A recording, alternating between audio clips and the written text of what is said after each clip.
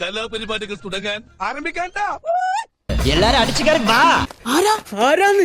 അതാണ് ആരാണ്? എന്താണ്? ഞാൻ അഭിമാന പുരസ്സരം നിങ്ങൾക്ക് പരിചയപ്പെടുത്തുകയാണ്. കൊണത്താപ്പറമ്പിൽ ജോസ് ഓർ ദുബായ് ജോസ്.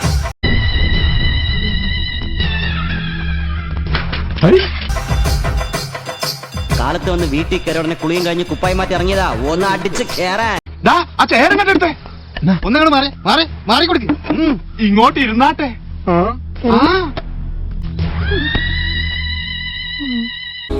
എല്ലാവർക്കും എന്നെ മതി.